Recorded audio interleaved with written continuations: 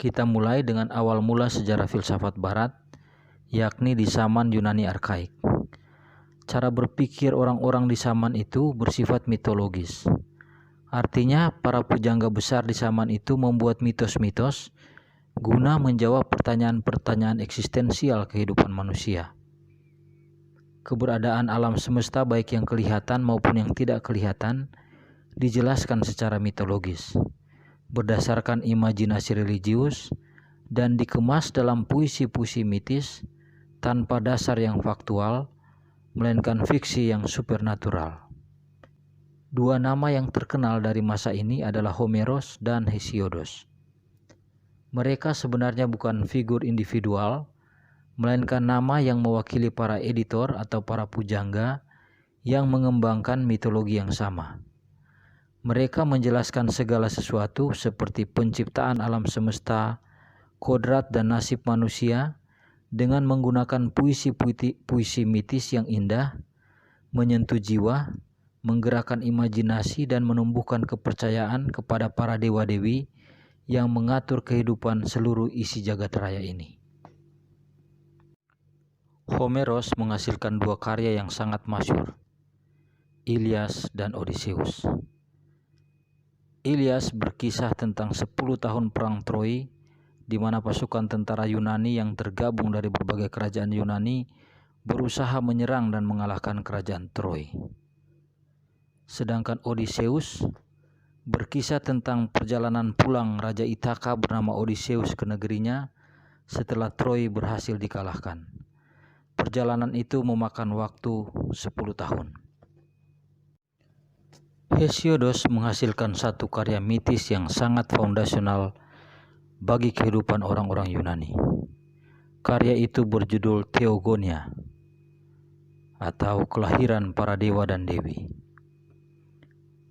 Isi dari mitologi itu adalah kisah silsilah para dewa-dewi dan asal-usul penciptaan alam semesta. Ceritanya dimulai dari dewa chaos atau nothingness, kehampaan, ketiadaan, yang melahirkan beberapa dewa dan dewi, yaitu Gaia, dewi atau ibu bumi, Eros, dewa cinta dan nafsu seksual, Tartarus, dewa dunia bawah tanah, Erebus, dewa kegelapan, dan Nyx, dewi malam. Menurut mitologi ini, kawin-mawin antara para dewa-dewilah yang melahirkan alam semesta, termasuk semua dewa dan dewi yang lain seperti Zeus, dewa langit dan keteraturan, yang adalah raja para dewa yang bersemayam di Olympus, Aphrodite, dewi kecantikan, cinta, nafsu, dan kenikmatan, Athena, dewi kebijaksanaan, pengetahuan, dan keterampilan, Demeter, dewi kesuburan, pertanian, cocok tanam, panen, dan pertumbuhan, Hermes, dewa bahasa, komunikasi, interpretasi, dan sebagainya, Poseidon, dewa laut, sungai, dan bencana, dan semua yang lain di jagat raya ini. Demikianlah ringkasan filsafat di zaman Yunani arkaik. Pada zaman itu, semua masalah dalam dunia dikembalikan kepada realitas adikodrati dan supranatural melalui mitos. Sekarang kita memasuki era Yunani kuno. Perlahan-lahan pola pandang mitologis yang mendominasi masyarakat Yunani arkaik selama 2 abad itu ditinggalkan.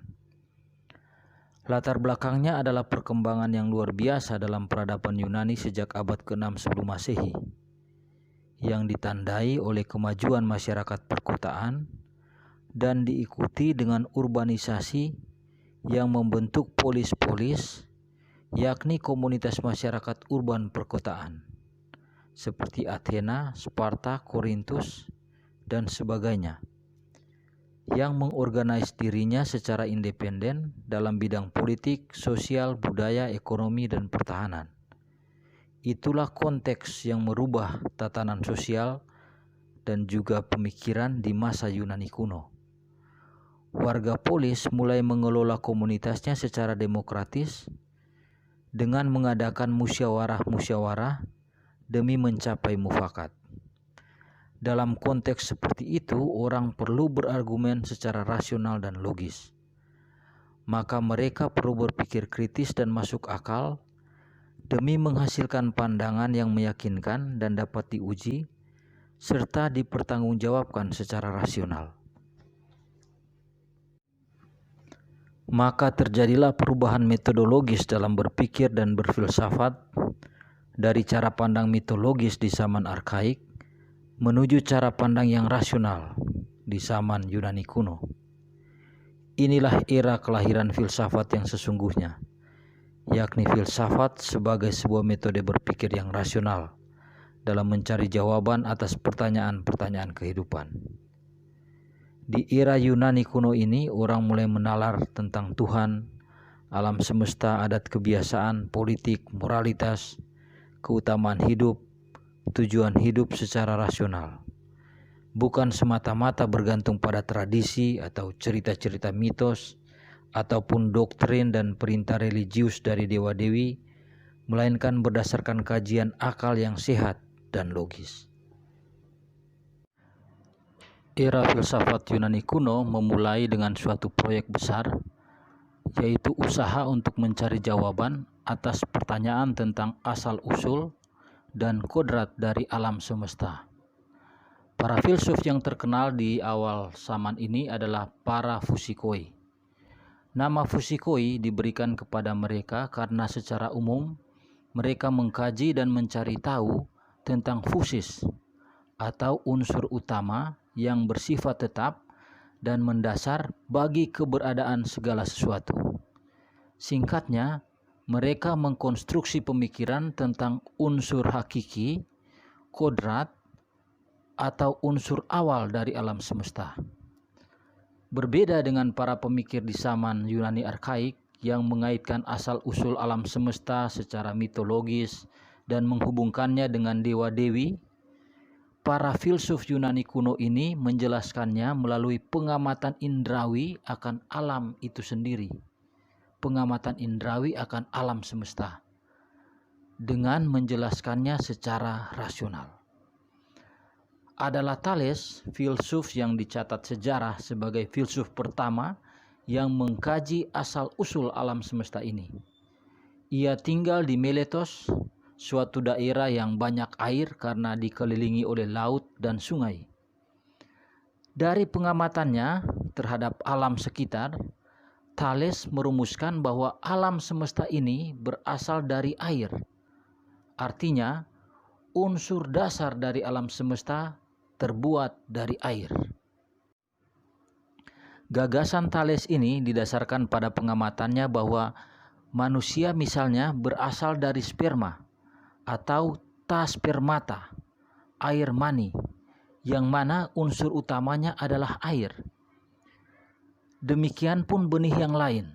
Setiap benih tanaman membutuhkan air atau tanah yang lembab berair agar bisa tumbuh. Semua makhluk menurut Thales membutuhkan air supaya bisa hidup.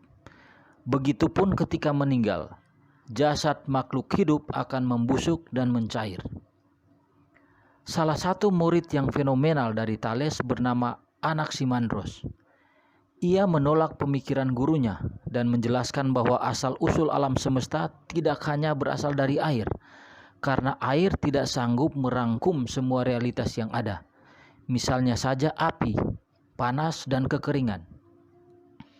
Anaximandros mengembangkan filsafat yang menjelaskan bahwa alam semesta ini berasal dari materi ilahi yang tak terbatas dan tak terhingga, atau dalam bahasa Yunani disebut apeiron. Mulai dari tahun 450-an sebelum Masehi, filsafat Yunani kuno semakin berkembang dengan cakupan tema-tema kajian yang makin meluas. Tidak hanya tentang asal-usul dari alam semesta, melainkan juga tentang keutamaan hidup, tentang tujuan hidup, tentang hidup yang baik, juga mencakup isu-isu politik dan sosial, termasuk cinta dan kehidupan, bahkan termasuk biologi, zoologi, dan sebagainya. Perkembangan ini dimotori oleh 3 figur terbesar dalam sejarah filsafat Yunani, yakni Sokrates, kemudian diikuti oleh muridnya yang bernama Plato, dan selanjutnya oleh murid Plato sendiri bernama Aristoteles. Sokrates adalah salah seorang yang sangat berjasa bagi berkembang pesatnya filsafat barat, karena ia berani mendobrak dan mempertanyakan pemikiran-pemikiran tradisional di zamannya, sehingga pada akhirnya Sokrates dihukum mati. Ia dituduh melakukan 2 pelanggaran besar, yaitu pertama, penistaan agama, atau dalam bahasa Yunani disebut sebagai tindakan asebeia, yaitu menista agama karena ajarannya dianggap tidak sopan kepada para dewa dan dewi Athena. Kedua, Sokrates dituduh melakukan pelanggaran pencemaran pikiran anak-anak muda.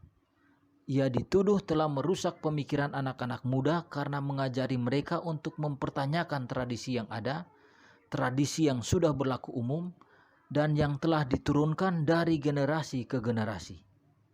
Karena itu, Sokrates dihukum mati dengan cara dipaksa meminum racun. Keteguhan hati Sokrates dalam memegang pandangannya membuat dia dianggap sebagai tokoh yang paling berjasa, sekaligus martir bagi berkembangnya filsafat barat. Plato sangat mengagumi Sokrates gurunya. Ia merawat dan menuliskan pemikiran-pemikiran Sokrates serta mengembangkannya. Kajian-kajian Plato sangat berjasa untuk mengembangkan dan memperluas telaah filsafat. Tidak hanya dalam hal tema-temanya, melainkan juga menyangkut penjelasan-penjelasannya yang makin komprehensif. Plato pun kemudian mendirikan sebuah sekolah yang dianggap sebagai universitas pertama di Barat, bernama Akademia. Di sekolah ini, Aristoteles belajar dan berguru pada Plato. Aristoteles kemudian mengembangkan bangunan filsafatnya sendiri sebagai antitesa atas pemikiran-pemikiran Plato, dan ia pun mendirikan sekolahnya sendiri bernama Lyceum. Mereka mengandalkan rasio dalam berfilsafat demi mencapai pengetahuan yang sahih. Dengan demikian kita bisa merangkum ciri khas peralihan dari filsafat Yunani arkaik ke filsafat Yunani kuno sebagai peralihan dari mitologi ke logos, yaitu prinsip-prinsip rasional, sesuatu yang dapat diketahui melalui akal budi manusia.